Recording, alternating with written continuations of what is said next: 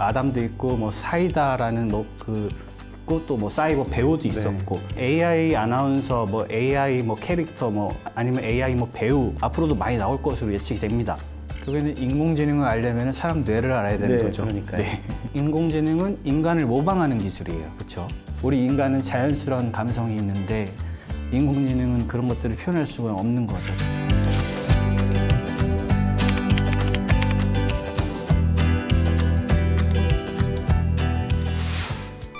안녕하세요. 세상과 사람의 다양한 이슈를 뇌 분야의 전문 셀럽들과 함께 이야기해보는 브레인 셀럽의 장래혁입니다. 오늘 이야기 나눌 주제는 뇌를 닮은 인공지능입니다.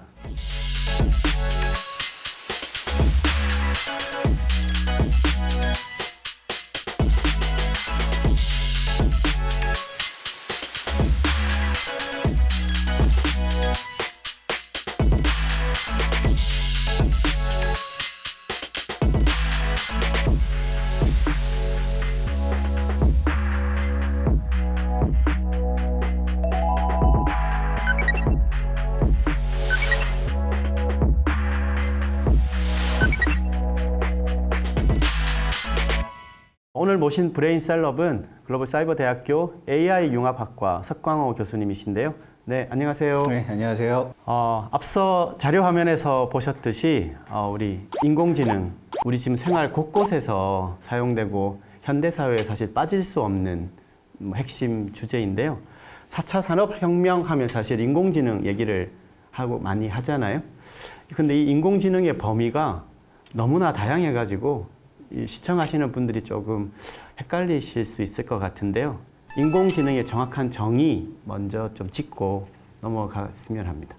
뭐 인공지능 하면은 이게 뭐 딱 이게 뭐다라고 정의가 이렇게 뭐 분명한 건 없습니다. 그러니까 되게 다양하게 의미적으로 쓰이고 있는데요. 그냥 뭐 인공지능 말 그대로 인공적인 지능이다라고 일단은 이해하시면 좋을 것 같고요. 그리고 이제 사람 지능과 어떤 차이가 있느냐, 결국에는 컴퓨터를 이용을 해서 만든 지능이다라고 그냥 이해하시면 되게 편할 것 같습니다. 그래서 이 컴퓨터를 이용을 해서 어떠한 데이터를 기반으로 한 학습이 진행이 되고 그 학습된 결과를 가지고서 어떠한 결과를 예측을 하거나 아니면은 그것을 가지고서 뭐 새로운 것을 창조해내거나 이러한 분야를 모두 담고 있는 이런 인공지능의 개념이라고 볼 수가 있습니다. 네, 우리 생활 속에 사실 인공지능 너무나 친숙하게 들어와 있지 않습니까? 어느 순간 뭔가 영상을 검색하거나 자료를 검색하면 이미 제가 저를 다 아는 것처럼 막 정보를 제시해주고 광고 달리는 것도 지금은 완전히 바뀌는 것 같고 제가 예전에 집에서 뭐 로봇 청소기 했을 때하고 지금 로봇 청소기도 굉장히 이 수준이 올라온 것 같거든요. 그리고 뭐 우리가 지금 자동차 운전할 때 가끔 이제 응답을 주고받고 하는 이런 음성인식 기술도 쓰면 쓸수록 굉장히 저를 잘 아는 듯한 데이터가 엄청 쌓이는 것 같고 그래서 이런 생활 속에 이렇게 듬뿍 들어와 있는 인공지능 기술 너무나 지금 각 모든 분야, 법률, 음악, 예술, 심지어 그런 분야까지 광범위하게 확산이 되고 있는데요. 이런 부분에 대해서 어떻게 생각하시나요? 결국에는 인공지능이라는 게 이제 기술이자 학문이거든요. 결국에는 그것을 어떠한 산업 분야에 응용을 하기냐에 따라서 이제 그 쓰임새가 이제 대중적으로 이제 다가오는 부분이 있는데요.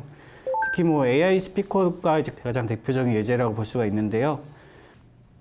영실아, 불 켜줘. 네, 알겠습니다. 어? 웬일이냐? 오늘따라 말을 잘 듣네? 미안하게. 저한테 미안해할 필요 없어요. 저만큼 한집 형님을 이해하는 사람은 없답니다. 인공지능이 결국에는 어떤 인간의 편리함을 위한 각 분야 모든 산업에 이제 그 수요에 맞춰서 그런 것들이 이제 발전이 되고 그러한 상품이 앞으로도 계속 나올 것으로 이제 예측을 하고 있습니다.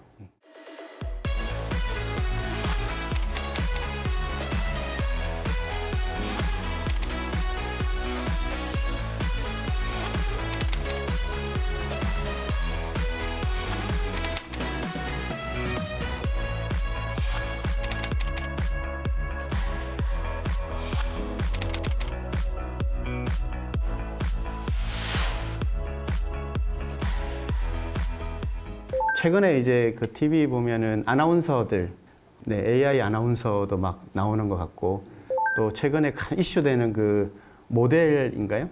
네, 그 로지, 네, 해서 뭐 지금 엄청나게 그 각광을 받고 있는.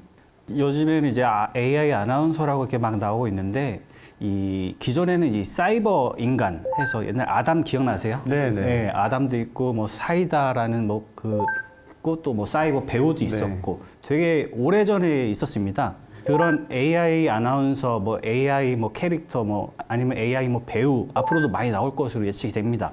근데 문제는 하나가 있죠. 언캐니 밸리라고 해서 가상의 인간들을 볼 때 되게 이질감을 느낄 수 있다는 것이죠.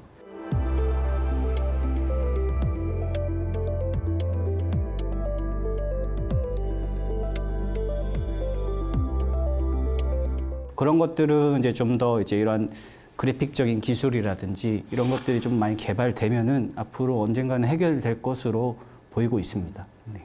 요즘 저희 또 대학에서도 이 응답에 대한 것도 챗봇 서비스를 사실 하고 있지 않습니까?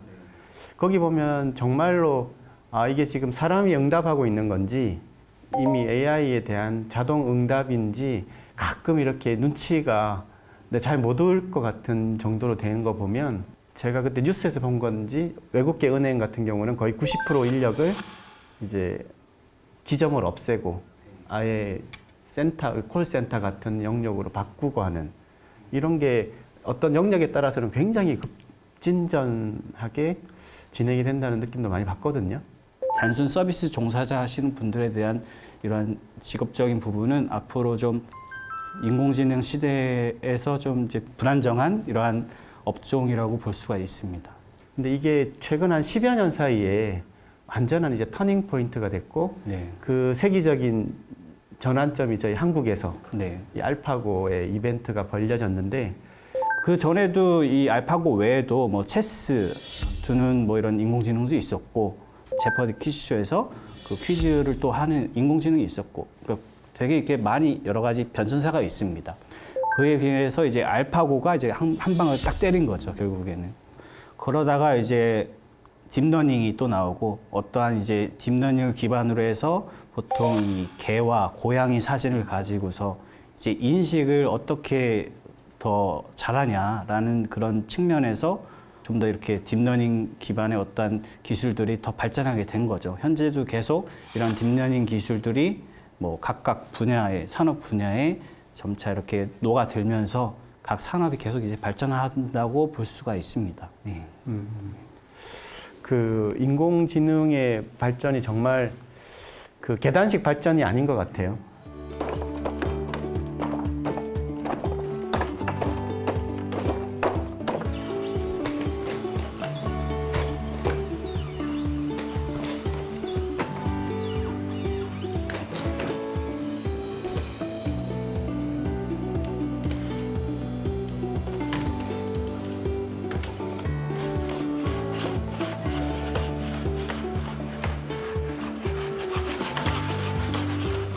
네, 지금까지 세계에서 가장 진화되었다고 하는 저 아틀라스 영상 보셨는데 어떤 느낌이 드시나요?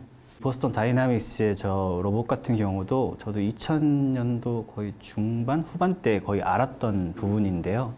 그때 당시에는 이제 계속 이제 그 로봇이 계속 그 군용으로 많이 쓰였어요.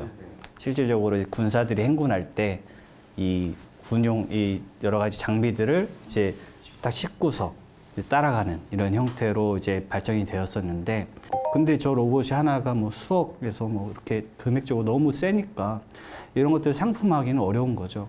우리가 가사 도우미를 쓰든 아니면 그 로봇을 이용을 해서 어떠한 분야에서 우리가 이용을 하든 결국에는 그 로봇이 우리 집에 한 대가 있어야 되는데 그 로봇이 수억, 수십억 하면은 사시겠습니까? 못하죠. 안 다죠. 결국에는 그만큼 이 가격 경쟁력에 대한 그 부분을 확보를 해야 우리 생활 속에 들어오는 거죠.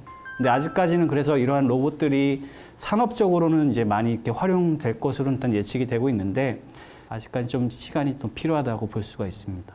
저희가 그 알파고가 그때 세기의 바둑 대결이 있었을 때 한 두 부류로 나누어졌던 것 같아요.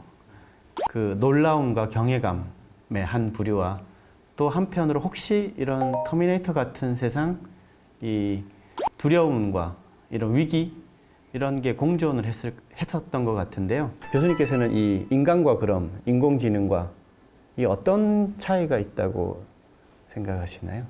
인공지능은 인간을 모방하는 기술이에요. 그렇죠? 우리 인간은 태어나서 죽을 때까지 평생 아기 때부터 학습을 하잖아요. 결국에는 이 학습하는 부분에서는 공통점이 있다고 볼 수가 있고요. 그렇다면 이제 차이점은 이제 인위적인 감성은 제공할 수 있지만 우리 인간은 자연스러운 감성이 있는데 인공지능은 그런 것들을 표현할 수가 없는 거죠. 최근에 그 바흐풍 음악을 학습한 게 또 한번 이슈가 됐던 것 같아요.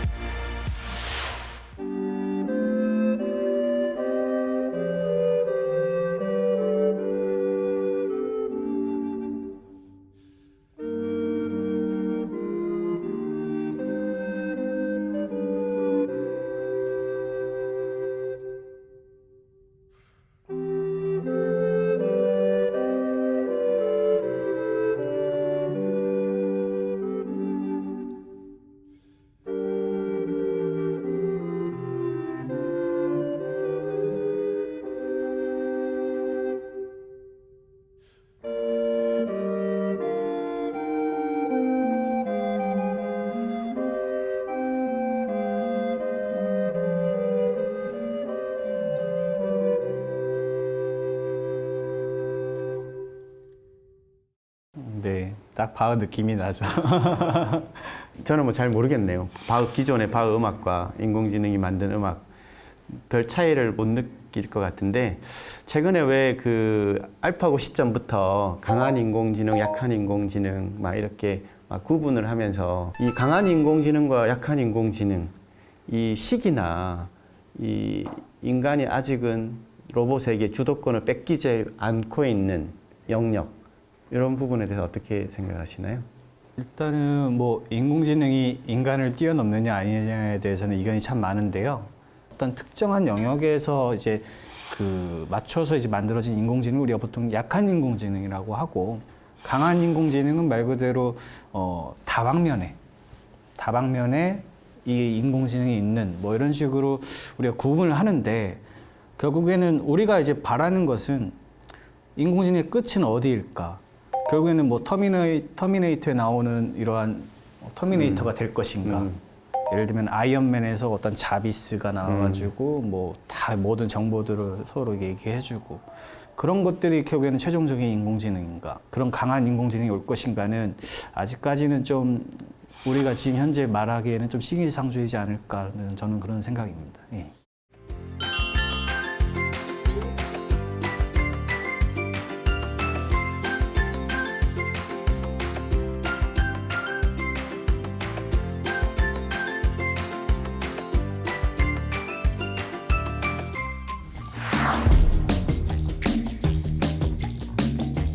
인공지능 로봇이 알아서 그냥 다 해주고 먹을 거 다 해주고 뭐 하는데 뭐 사람의 인간의 역할이 있을까요? 데이터들을 어떻게 그 정리하고 하는 부분은 사람이 하는 부분이기 때문에 이제 윤리적으로 뭔가 이런 법제화가 좀 필요할 것으로 보이고 있습니다.